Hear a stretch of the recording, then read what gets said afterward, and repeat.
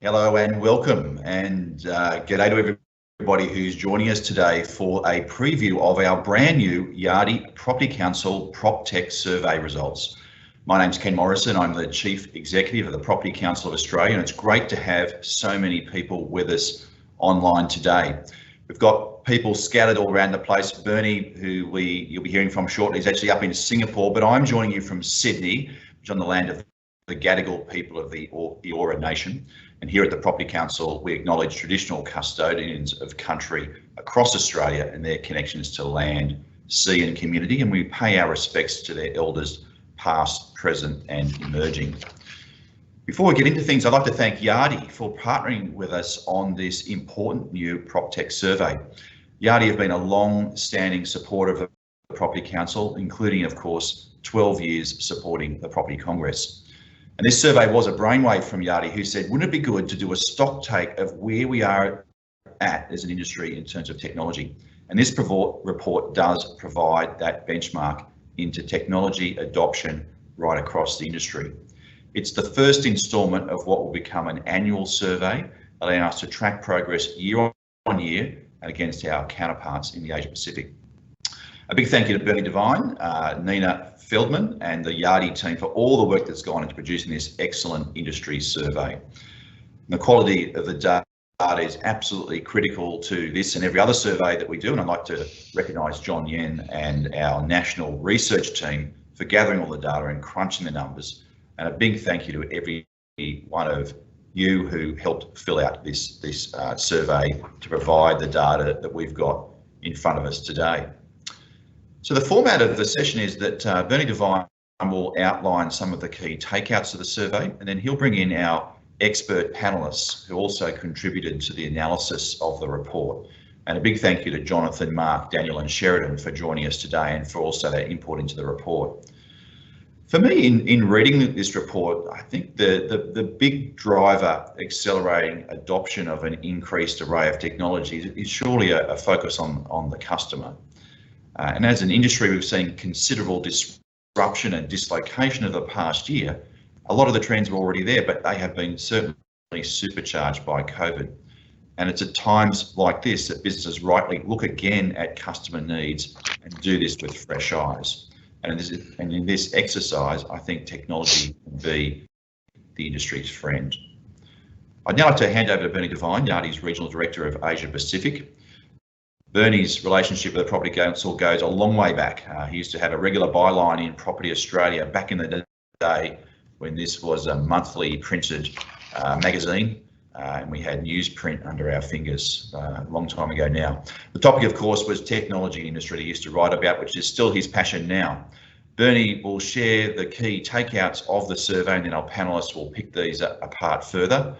I also strongly encourage you to use this opportunity to ask the panellists your questions through our Q&A function. You can ask those throughout the session and Bernie will queue those up and introduce them to our panellists when he's starting to moderate that discussion. We'll also be recording this session for any of your colleagues who might have missed out on the session today, and you'll receive a link to that recording as well as a copy of the report tomorrow. Bernie, over to you. Thanks very much, Ken. That's really a very nice introduction. Thank you. And from my perspective, very much thank you for having me back. As you said, been a long association with Property Council over a very long period of time, but very much pleased to be back. I was born in the land of the Gadigal people, so yeah, very much part of what I like to promote as well. And at the same time, Property Council has been fantastic in acknowledging, I guess, the relationship we've had over a long time as an organisation. I'm a CPA from Australia, but yes, in Asia at the moment, looking after our Asia Pac business for Yardi. And I think it was fantastic that Property Council was able to help us bring this piece of work to Australia.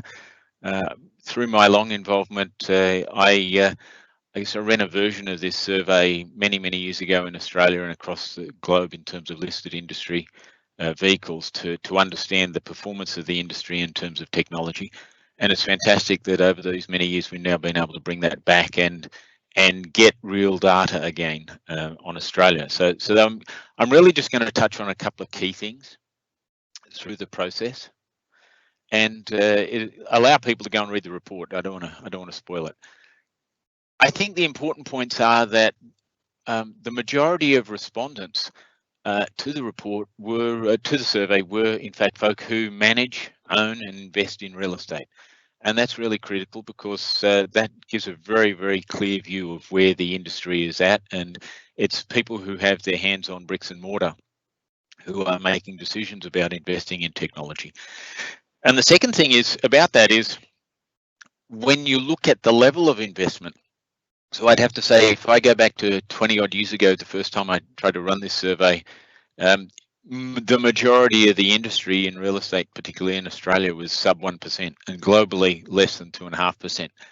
So it's been a dramatic shift where you can see that even some folk are up to 7+%, which is the sort of money that banks and telcos invest in technology. So an enormous improvement in an attitude to real estate, or real estate's attitude to technology. And I think the important thing here is what it demonstrates is that folks who make decisions in real estate businesses today are putting more value on technology, are seeing more benefits from technology, and that's really showing in the investment, in the decision making. And I'd certainly say when I look across the industry at the largest organisations, Australia and globally, is that when it comes to those organisations that lead the industry, it's very common that the folk at the top have a strong view that good business process and good technology is a key part of the platform they need to succeed and for their businesses to do well. So yeah, I think the PropTech wave has certainly come and is having an impact on the industry and getting a lot more engagement from folks in terms of what we're going to do and see when it comes to real estate. I think the other thing that comes out of the survey was a part of it was focusing on where people are and what they think the industry is up to in terms of the technology and what they want to invest in and what they see the real priorities and trends are.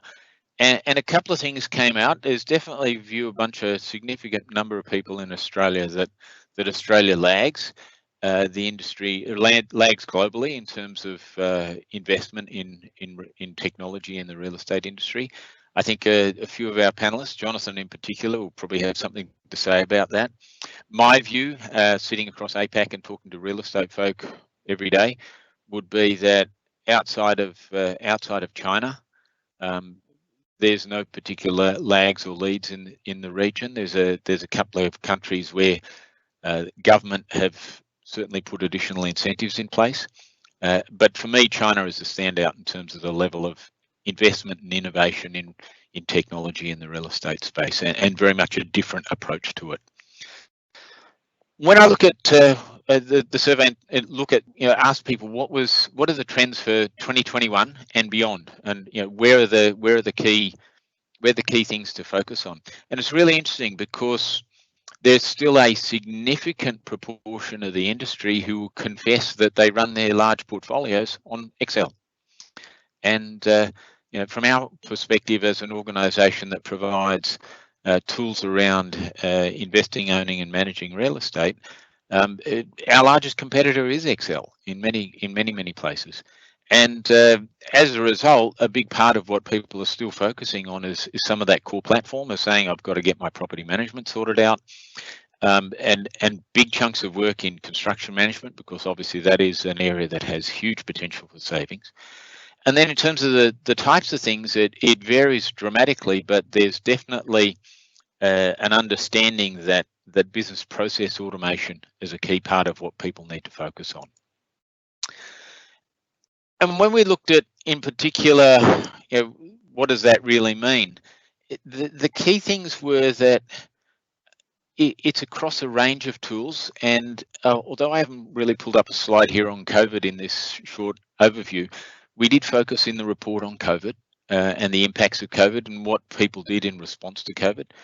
And it's been really interesting because when I talk to senior folk in organisations in real estate around the region and ask them in particular, what would you do now? What would you have done differently back then in March last year had you known what you know now?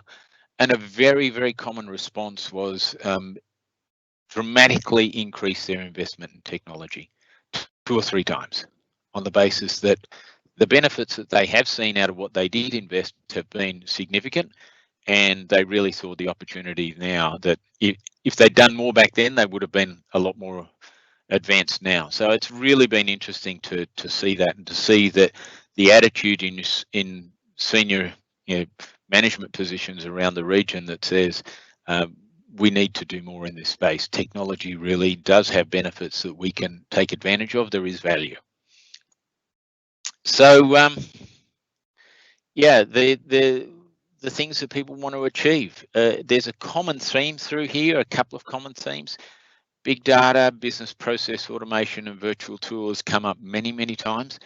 Interesting, although it gets a mention, blockchain comes up as a very small component, but a very important component in some respects.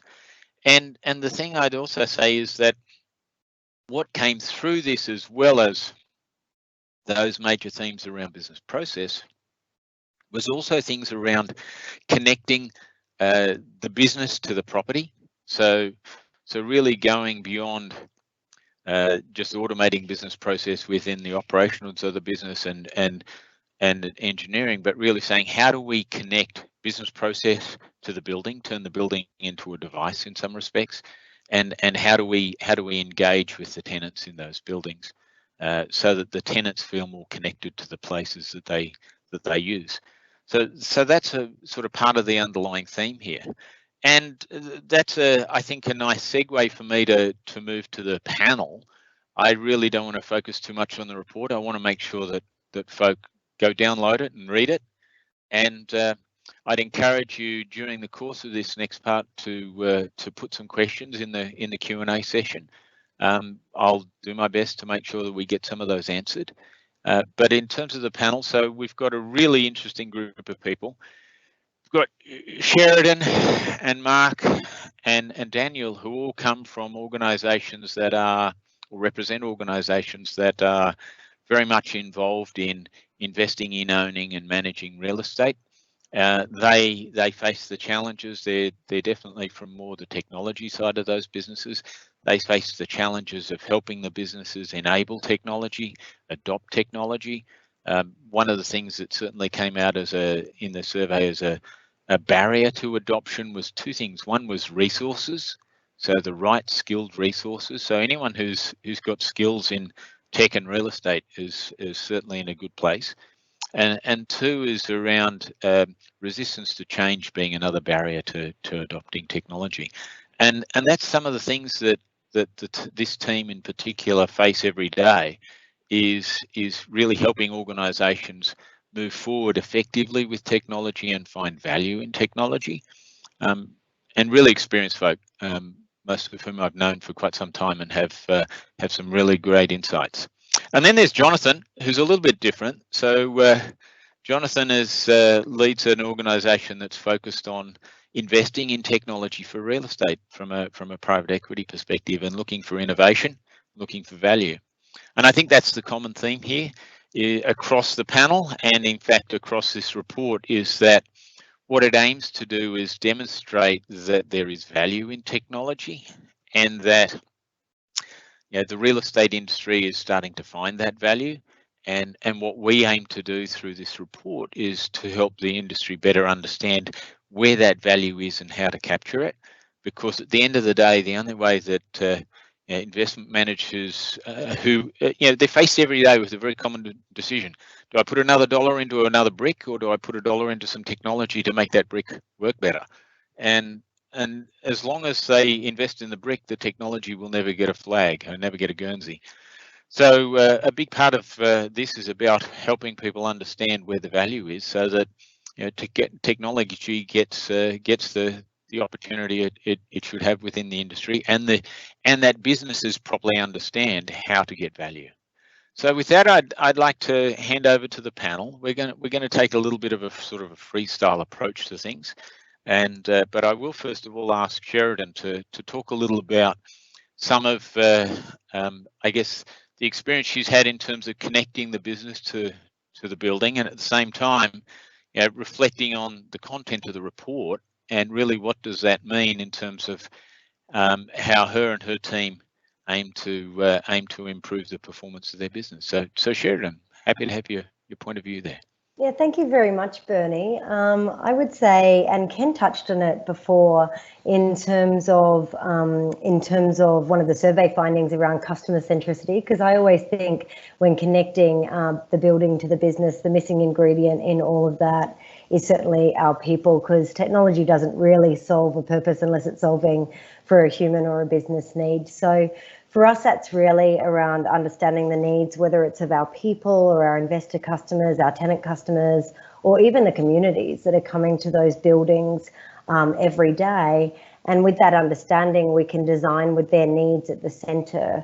It might be things like a better experience in the building, greater efficiency and a far more sustainable way to operate the building, or even greater insights from the data that's coming from the building and other sources. So once we get that, then it's actually the easy bit is working backwards through the data, through the technology to help solve for those challenges. But I am, of course, only one owner on this call. I think it would be interesting to hear from Dexus and AMP. So why don't I ask Mark if he has a different take?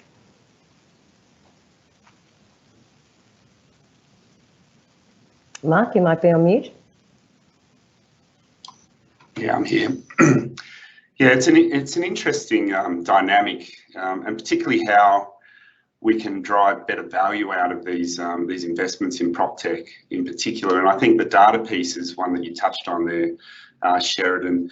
One of the challenges for landlords in particular is we are now generating a huge amount of data in our assets, and how can we tap into that information to both drive efficiencies in the building but improve the experience of our tenants. And typically what we've seen in our industry is we're very focused on a historical view of information and data.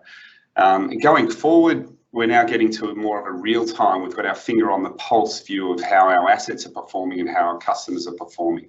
I think where our industry needs to head, and particularly when we talk about the adoption of PropTech in our industry, using tools such as AI, which we're already experimenting with, how do we move our industry into a better predictive view of how both the assets are performing to really drive where the investment needs to be, but also how our customers are performing within that asset? Because ultimately we provide these assets for our customers to really drive performance and productivity for their businesses. And if the PropTech that we're delivering does not achieve that outcome, then you really have to have a look at yourself and understand why we're even doing it. And this is a piece that I think is missing in our industry. We tend to really focus on we will build it and they will come approach. I think COVID has changed that dynamic in particular, and it's forced us to really understand and touch base with our customers to trial these technologies with our customers and see if they are going to deliver those benefits before we embark on what typically are quite significant investments in technology. Yeah, thanks, Mark. And Daniel, maybe you've got a contribution to make. I guess one of the things I'd like to hear from you is where do you see really is the push for innovation? You know, your background, your responsibility is much more around the building. Where do you see the push for innovation and how that is going to impact on the industry? Yep, I think the push for innovation is really a twofold approach. I certainly think from a landlord perspective in the current climate, there's a lot more sort of awareness that innovation will really drive, I guess, those efficiencies in how we manage our assets. So I certainly think there's been a better uptake around that, certainly around the frictionless experience around for our customers and our retailers and even the visitors in our buildings and the community. But certainly equally on the flip side, there has been more of a demand from, I guess, the tenants and our visitors in our centres as well.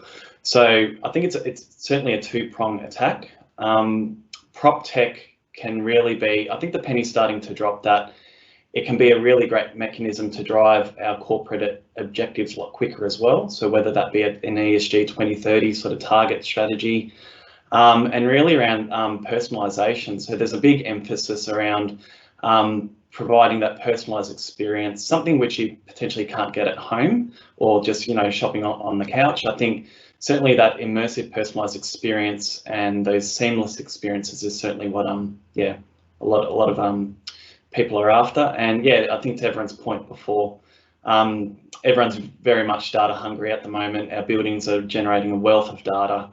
It's how we can use that practically to drive some really sort of solid use cases and outcomes for our tenants and I guess the business. Okay. And Jonathan, I know you're dead keen to make a contribution here, and in particular, I guess in terms of the report, the commentary around the positioning of Australia vis-a-vis the global industry and technology investment. Yeah, thanks, Bernie. So I think the research showed that Australia was doing okay, but I think if we break it down a bit further, so you know, we've been operating in the space for the past 6 years out of Australia. As you mentioned very clearly, you know, the Chinese market and certain Asian markets are far more advanced in their adoption of technology.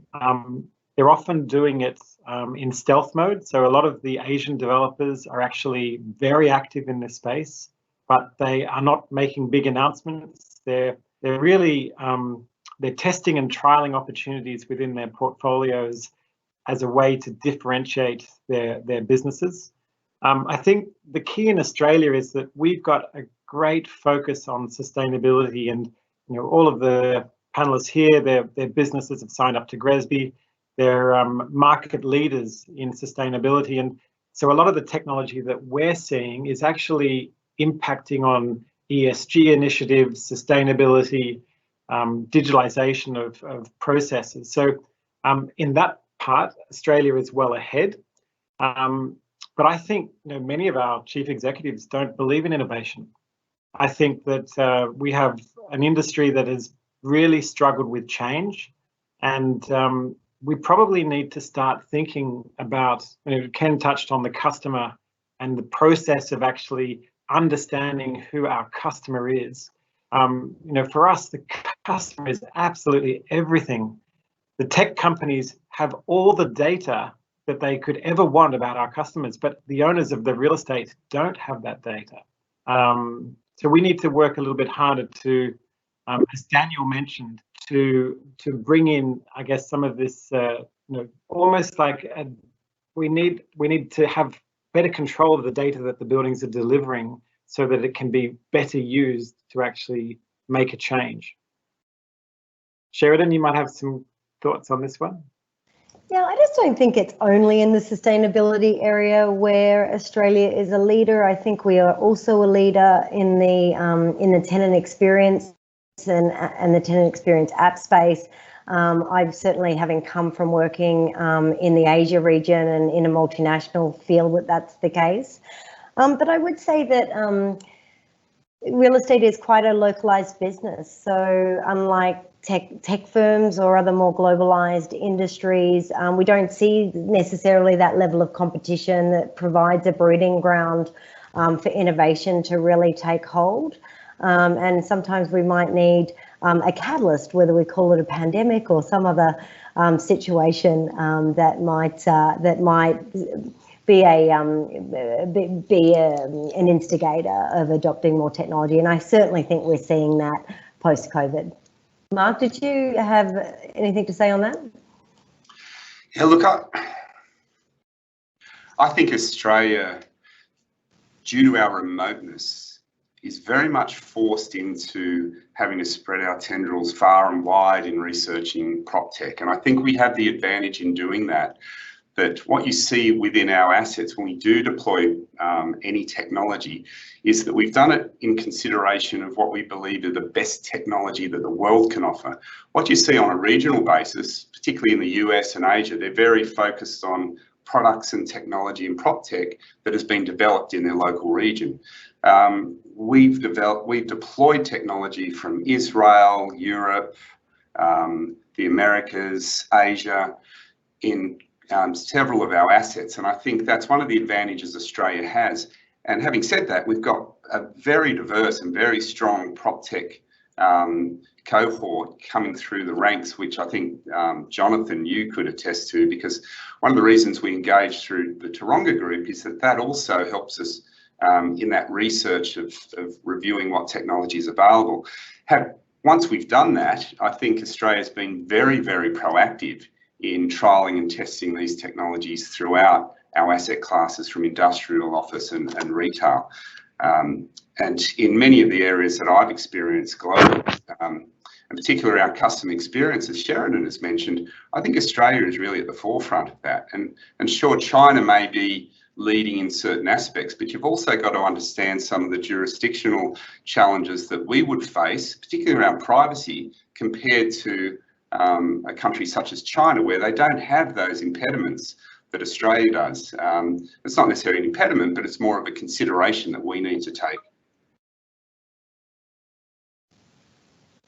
I think it's a good point, Mark. We've had a number of really successful PropTech exports that are now over in the US, whether it's Equium or CeraView being sold off to one of the major IWMS providers. Switch Automation, I think, is another I can think of off the top of my head. So it's not like we haven't had really good domestic product that's also gone international. And I don't necessarily think, to your point, Mark, that we are actually quite open to taking PropTech from elsewhere and even from other industries, right? I don't think we're constraining ourselves to just what we would define as PropTech, but also FinTech, compliance tech. There's a range of different options available to us if we're clear what need we're actually addressing in the first place. Yeah, and Jonathan, what about the prospect you mentioned about how across Asia some of the developers are taking it in stealth mode? What's your view on sort of where the line is between real estate companies becoming software companies and as opposed to investing in software? They shouldn't do it. It's pretty simple. There are some big developers that are spending more than $40 million to invest into creating their own software for digital twin. We don't get that. So imagine a major developer produces a software. Nobody else is going to use it because they're going to be concerned about their loss of information to a competitor. So I think it's software is a really interesting space. I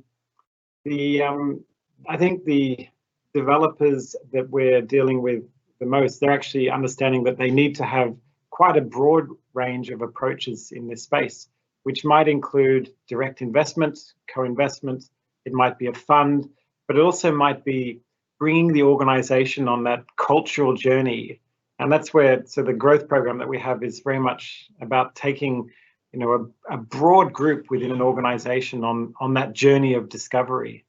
Because I think, if we jump back to Sheridan's point about sort of the tenant app space, and what we're seeing is that it's still very difficult for us to put a financial return on the tenant rep app. As we could say that, it's difficult to find out the return of an $80 million upgrade on a lobby, but the resistance to that sort of the technology approach is real, because it is difficult to actually put a financial number on it. And that's one of the things that we really try to do, is to have each of the companies we invest in give us a financial outcome, because we've got to navigate the CEO and the CFO as well as the asset manager. Yeah, that's a good point. And I think I think one of the things here is that value is really important, right? Getting the CEO and the investment committee to sign off on a project on the basis of value is one of the keys here. So I guess, Daniel, I'm going to take a little bit of your time to ask about, IoT in particular and the value of IoT. I mean, I guess my question is are the real estate folk and the business side of your organisation seeing value in IoT as a piece of technology, and are they adopting it? Are there any challenges? Yeah, that's actually a really good point. I think IoT is a great piece of technology or technology set, but it's only really valuable if it's actually really solving a business issue or a specific use case. I mean, that otherwise would be quite cumbersome from other tech or systems to historically solve. I mean, in my opinion, IoT has bridged the gap to solve many issues quickly and more cost effectively, to gain that really quick insights to drive, I guess, the better outcomes for our tenants and customers, and even the business. So yeah, I think once you sort of relate IoT back to a specific business objective or tenant experience, I think that's when the penny really drops, and yeah, the business does see value in it then. But you can't just really put in IoT for IoT's sake, for instance. Yeah. Mark? Yeah, look, for IoT to be really effective for our customers, I think that the key foundation that we really need to focus on here is to have really good connectivity solutions in our building. That's something the landlord can actually control.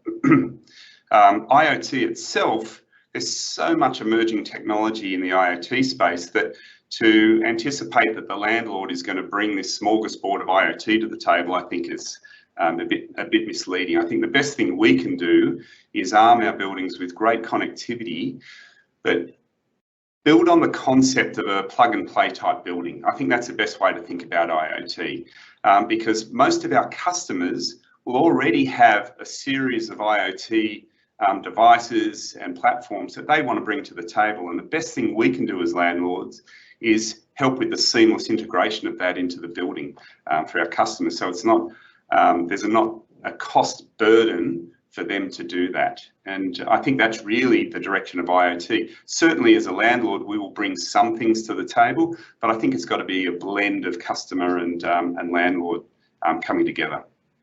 Yeah, I would agree. I think it's been really interesting. I watched the results of another survey last year interestingly enough, on technology, on telco vendors and the quality, the consumer's view of telco vendors. And what it turned out was that the way a lot of consumers rate telco vendors is around the quality of their indoor service, which in reality has got nothing to do with the telco vendor. It's all to do with the building owner and the building owner's ability to work with the telco. But it really sort of turned the whole thing on its head in terms of the telcos came away from that survey saying, we have to look at this differently because the measure of our performance is not in our control.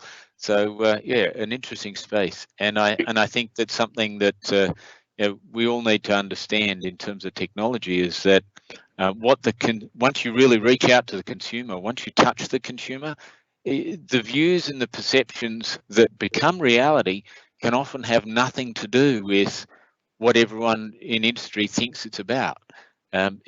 Whose problem are you solving, and who thinks they're getting value can be very, very different things.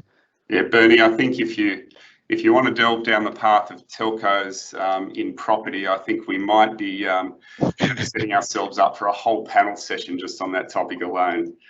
No, I wouldn't disagree. I wouldn't disagree. How far you go on that one. No, I don't want to go anywhere on that one. Just I think an interesting juxtaposition to the point. Absolutely. And the fact that I do think what we've seen across the globe is that owners of buildings who focus on enabling rather than delivering is really where a lot of the value is, because the variety of solutions is far too extreme. No one can do everything, and enabling it, a bit like a device, a bit like saying we're Apple or we're Android, and you can put your apps on our building. That's really sort of, I think, the approach that at the end of the day will become much more prevalent. And I guess, Sheridan, when we talked about this earlier, one of the things I saw was one of the comments you made was around demonstrating value. And for me as a CPA and an economist, I'm very much about the business case and sort of show me the money. Where's the ROI? Otherwise, I'm going to put my money into bricks and mortar instead of technology. So you mentioned a sort of a different approach to that. How do you see it? Yeah, I do think that there is this tendency to slip back into traditional approaches for large technology investments, where we're thinking about it is actually, why don't you take the investment smaller? Why don't you start small? Why don't you get not technology but a cross-functional group of people together? Be very clear about what you're trying to solve for.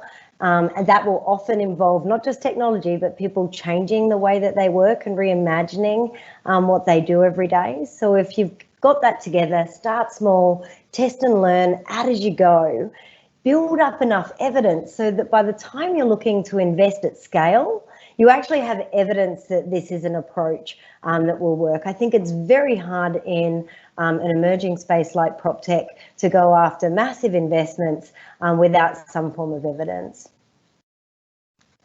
Jonathan? Yeah, so I think maybe the key there is also quick wins. So if there's anything that we've done that's been, I guess, more successful, it was we're actually quite a slow investor. So we invest into companies. We've now made 15 investments. We give them a little bit of capital. We seek to see them deliver what they've told us they will deliver. And obviously, Mark, we've had some great case studies where what they promised us didn't quite get delivered as we work through the process. So a lot of what we do is actually educating the emerging tech company to say, you need to manage the expectations of the REITs. You need to be able to navigate. And if anything, if you can over-deliver, that would actually be a much better outcome and you'll get more traction. So we focus on slightly later stage investments because of that sort of philosophy. And then these things can be plugged into a business quite quickly because the tech has already been tested. They might be already in 500 buildings in the US. So to bring them into an Australian building is actually quite easy. But I think, Sharon, the key is a quick win. And actually, internally, we don't talk about that very much. But if you have a quick win and you can demonstrate to the management team that this was a good investment and actually it delivered. Our portfolio, we did the annual, I guess the annualized returns. The returns for this space were actually phenomenal, far greater than we would have expected, far greater than our hurdle. So it does deliver financially, but you need to celebrate it. Yeah, I think I'd like to just elaborate on that. I think, when we're always piloting technology, I think it's important to not just lead it from a technology perspective, but potentially just have that being run by the asset teams. And I think a good spread of assets as well. So you might have your premium super regional centres, and then you need to make sure that that type of tech can also be applicable to your smaller industrial or B and C grade sort of commercial assets. So if you can prove value and demonstrate those quick wins across a broad sort of asset base, then you've got the solid foundations to say, well, yep, it works for the larger assets. It's equally as valuable for the smaller ones, and that will, provide some pretty solid foundations to scale across, an entire portfolio. Yeah, it's a great point. So we like to go in as high as possible, but also we like to work in at the asset level, because if you can get the traction at the asset, it's actually a smoother process to get things approved. Yeah. And I think, it's around, I guess, the change management. If you get the asset teams on board and then they start to sing the praises around that tech, I think that sort of really does filter up throughout the chain in terms of endorsement and approvals, not just from top down. And Jonathan, what's your view? I mean, you have a unique position in this group in terms of really looking in a different way at the vendor side of the industry and seeing what it's doing. What's your view in terms of sort of capacity and capability? When I look at this report, it talks. There's a lot of it talks to the fact that there's really been quite a pendulum shift, I think, for a range of reasons, towards greater adoption of tech and pushing tech further to the edge of the business, and both in terms of engaging with consumers and also connecting to the building.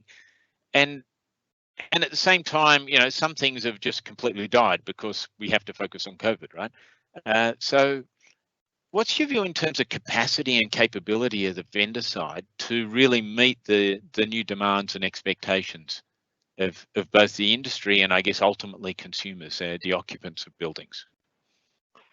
Yeah, it's a really good point. So I think what we're seeing, because we have a global mandate from a deal sort of point of view, we had just over 300 companies apply to our most recent growth program. And often there are people that are coming from the real estate sector that have identified a problem or a process or a weakness, and they've actually gone about solving it and created a business out of that outcome.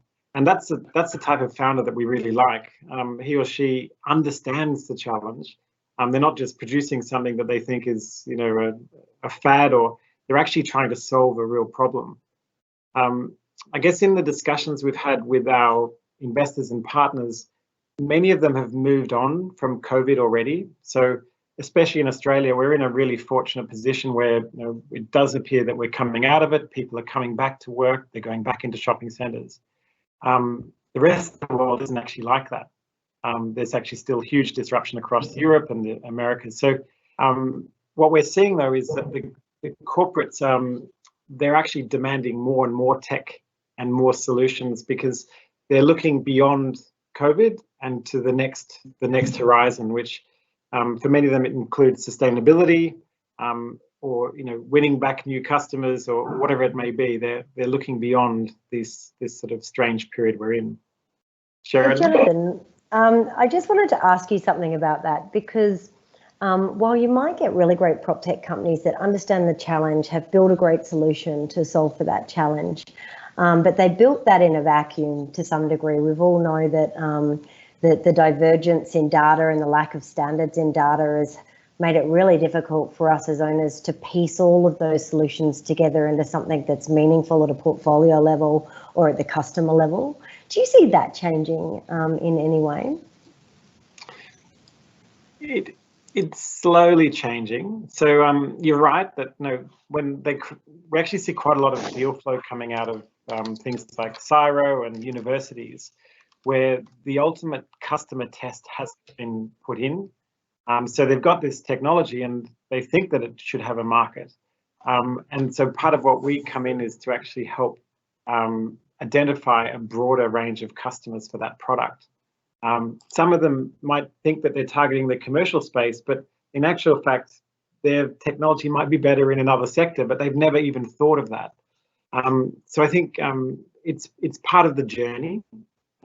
Mark, you might have some thoughts on that. Yeah, absolutely. Look, I actually believe this is one of the biggest challenges of emerging prop tech companies is really understanding the problems they're trying to solve from both a landlord and a customer point of view. Typically, most of the technology that we see emerging solves one contained problem, but what we're trying to solve for is a whole series of experiences for customers in a building. Now, you've got to understand that the bulk of our portfolio of assets are aged anywhere between 1 year to 50 plus years. And so that means that a lot of the legacy technology that these solutions need to bolt into is very diverse, has been deployed on a very different time cycle, meaning they've got a whole different blend of incumbent technology in those assets for which this single solution needs to integrate and operate with to make it really effective. So the biggest challenge, having solved a problem in one asset, doesn't mean that can easily be picked up and applied to another asset within our portfolio. So I believe one of the things that we need to get better at, and this is part of what we do with Jonathan and his team, is educate these emerging companies to really understand, don't just solve that particular point problem, solve the bigger issue around interoperability, integration, scale. These are the things they need to solve to make their solutions really effective in our portfolios and not just a flash in the pan in a single asset. Yeah, thanks, Mark. That's a really good point, and I think it leads to, you know, what I think is an important part of the discussion, and that is, as I mentioned in sort of the intro, you know, one of the largest technologies still used today in most real estate companies is Excel. And those of us who understand Excel understand its limitations and its benefits. And in the hands of an uneducated person, Excel is a very dangerous tool. So I guess we've talked a little bit there about data, and what I'd like to come around to, and there's a question here about data, and rather than answering that question specifically, I think there's more a broader question about data, and I see a couple of key things there, and one of them is really within organisations. One of the things that many organisations come to us with as a question is, how do we want to get good management data? And our answer traditionally is always you got to start with a foundation. It's like a building, strong foundation, you can then get strong data. But Sheridan, I know you've done a lot of work in this space. So what's your thoughts on how do we get good data? Yeah, look, let me just start by saying I think Excel gets really demonized, and I think we've got to stop doing that, because frankly, it's the only tool I really had when I came out of university. So it's a tool we've all grown up with, and I think we just need to recognize that. My business partner wrote VisiCalc, the first spreadsheet. So I've been involved in spreadsheets for a long time. But the problem is you've just highlighted is that data that just sits in an Excel spreadsheet is only good for that purpose, and where it's replicated for another purpose in another Excel spreadsheet, you end up with all sorts of efficiency and risk problems because you're not leveraging that core and solid foundation. So I think we've got to start treating data really seriously. But again, I would go back to, that's not a race to go and get data. It's not a, hey, let's go grab all the data that we can get. It's being very clear about what data, for what purpose, how do you actually capture that data in a systematic way, integrate it wherever in your platform it needs to be used for whatever purpose it is, and take people on that journey. I think in the report it talks about big data analytics, and my comment was, I think we should focus less on big data analytics, but rather about multidisciplinary challenge solving. So how do we get really clear on our challenges, work backwards through technology and data, together with real estate subject matter expertise, working alongside technologists, to really start to get the benefits of efficiency, risk reduction, scalability, insights, and to start to be able to apply technologies like artificial intelligence that will help people move the mundane work that they do into something that's far more meaningful.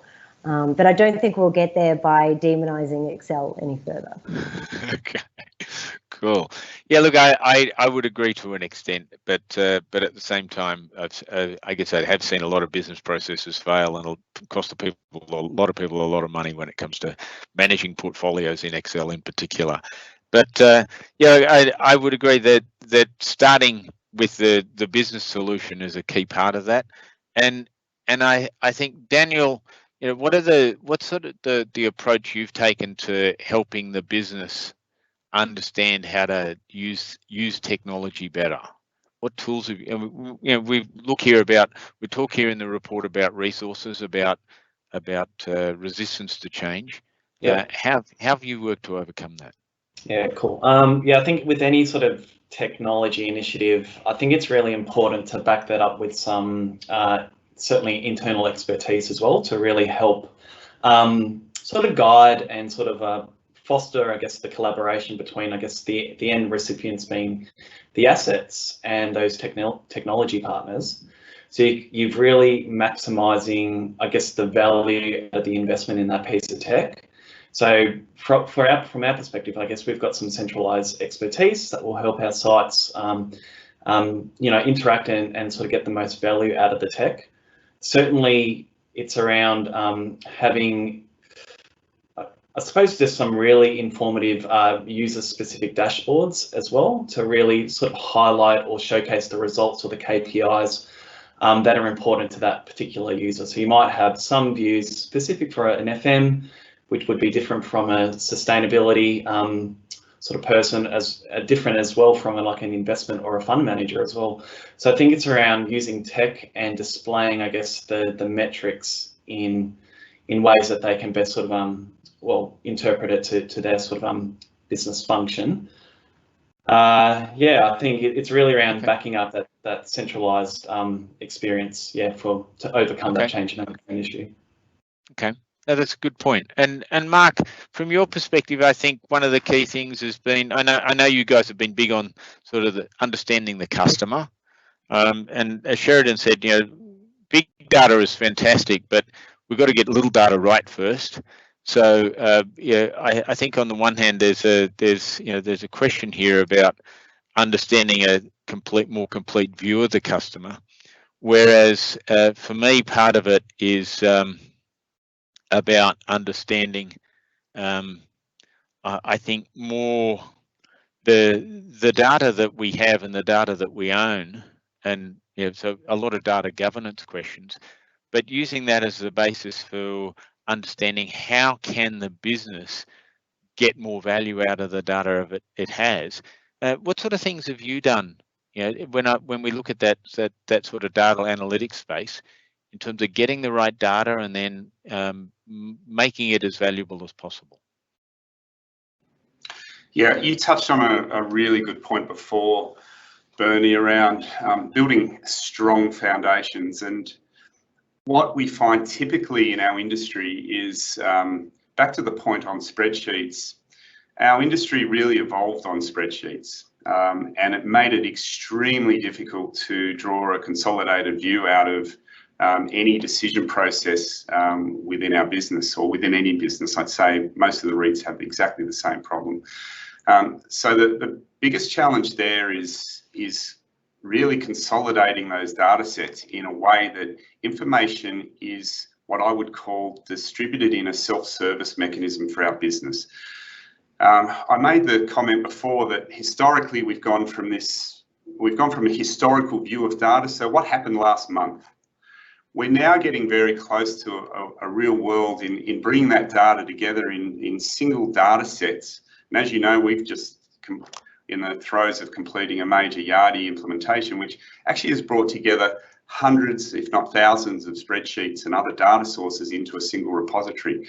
That gives us a really strong opportunity to have real-time access to information. So as a lease deal is being done, we're seeing that flowing directly into the valuation and forecast for the asset real time, as opposed to a process that would typically take maybe a month for that information to flow through to decision makers at the other end of the pipeline. Going forward, we cannot as an industry take advantage of capabilities such as AI and other tools if we don't have a good handle on data governance standards about how our data is generated and created, but also the quality of what people are putting into our systems. I think there's been a bit of carte blanche on what people put into a lot of these technologies, a lot of the solutions that run our operations or run our business operations. And we're seeing a lot better discipline and understanding around that. Back to something that Daniel mentioned earlier around how do you influence people to adopt and take on these type of technologies? Well, I think as a business, we also need each stakeholder, from an asset manager, a facilities manager, all the way through to someone in, say, our acquisitions team, who may be consuming some of that data, to understand the flow of information. Because the information you're putting into this system has a knock-on impact, not directly to yourself and your role, but to somebody else's role. And I don't think we've done a very good job of people in our business understanding the flow-on impact of good quality data throughout our business. And I think there's some of the challenges that we're facing, and hopefully as an industry we can overcome pretty quickly, because the demands are certainly there. Yeah, no, I would agree, and thank you for the ad. That's wonderful. I think the key thing there is by moving from spreadsheets to systems and really connecting business units up in business processes that flow across a business. You're right. And it's one of the things we see all the time. You highlight knock-on effects, relationships, and interactions that historically took a long time to happen, and now they happen very quickly, and that really changes the way that businesses have to operate. And one of the points here about adoption is that it's been interesting for me to watch how organizations, once they implement systems like ours, how that impacts on their on their commentary around I guess the whole point of where is the value in the system? How do I maximize this? And it does take time for people to really understand how they can improve the performance of their business once they've got these new tools that change things. So I think we're getting close to end of time here. I think we've got one or two more points to add. So Jonathan, what's your view in terms of sort of where to next? Wow, it's a great question. So I think for us, the key number of, I guess, changes that we're seeing in the industry, we're doing a lot of work on work from home and how to get people back into the office. We're doing a lot of work on the retail sector. So obviously with so many more purchases now online, how do we win back consumers to the shopping centres that many of our owners and investors have? And then that's sort of the next phase of this. Sustainability is probably one that is getting a lot of attention now, because some of the technologies that we're seeing are actually game changing. So we've just made investments into cement, where we can actually capture carbon dioxide into cement. We're about to do a distributed system for solar panels across multifamily. And we're doing a marketplace for retail, which is, some of these things, these issues that we're trying to address at the portfolio level, and making investments into technology that will address them. But the biggest issue here is that for each one of our panelists, their institutional investors are all focused on innovation and technology as a differentiator.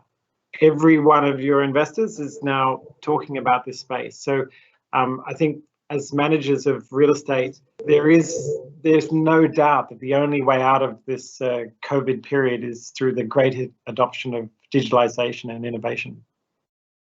Wow, thank you. I would have struggled powerful stuff, right? Myself. Yeah, powerful stuff. Thank you. Anyone would think you rehearsed that. So as I'm under some pressure to wrap up here.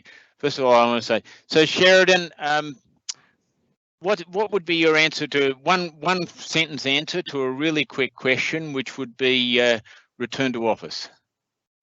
I think that you have to layer on different technologies in order to make sure that, first of all, people have physical safety, but really the role that technology will play in furthering placemaking efforts, I think, is a space to watch going forward. And okay, thank you. And Danielle, to switch things around a little, I'm going to give you one word to talk about for one sentence. And that is Excel. Excel.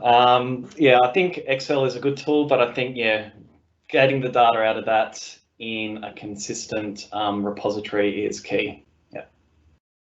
Okay, fantastic. And Mark, I'll give you one topic, which is artificial intelligence. Artificial intelligence. Well, AI is only as good as the data that you apply it to, and the industry data typically hasn't been up to scratch, but I think we've got a long way to go. But there's significant efforts in there, and it has to be addressed at an industry level, not necessarily just on a individual landlord level. Okay, fantastic. Thank you. So, folks, we are on a time limit, and we're right there. So I will briefly thank the panel, and thank you all for attending, and hand over to Property Council, to Kathy, who's going to wrap things up for us. So thank you very much for your attention and your time today. Thanks so much, Bernie, and a big thank you for such an expert moderation of a very rich and lively discussion, and also that a capture at the start of the survey results. Thanks to Sheridan, Daniel, Mark and Jonathan for being such great panelists. It was such a engaging conversation. I loved every minute of it. I feel like I just want to do a deeper dive on so much of that information. So thanks for bringing the survey and all those issues alive so much to us this morning. And thanks to the 376 people and more who are tuning in around the country. We're delighted that you're part of today's event, and we thank you for your time. And I'd like to take this opportunity also to again recognise Yardi's outstanding and long-standing contribution to the Property Council. And as Ken mentioned, you know, they've been a big part of Congress, and you'll see their name up in lights again this year when we're in Hobart in October. We're very thrilled to be coming back face-to-face this year for Congress. Yardi have been part of the Property Council for many, many years and all across the country, and actually started in 2002 with a New South Wales Division lunch organised by Bernie Devine. So Bernie, you've been with us all those years side by side, and your support helps us to do our advocacy work and provide our services to our members. So thank you so much. And before we close today's event, a shout out to a virtual site tour that we're doing on the 10th of March. And this one's looking at the healthcare industry. We're looking at two amazing projects, one in suburban Victoria and regional New South Wales, and that's going to be hosted by Centuria. So we're looking at the projects, the design, the development, the management, but we're also looking at what does that sector look like now and in the future, and some commentary around the asset class. So that's on the 10th of March. We'd love you to join in for that. So thanks again to Bernie and the Yardi team, panelists today, everyone who made this possible. We're thrilled to have this survey up and running, and we look forward to next year's results. Thanks, everyone.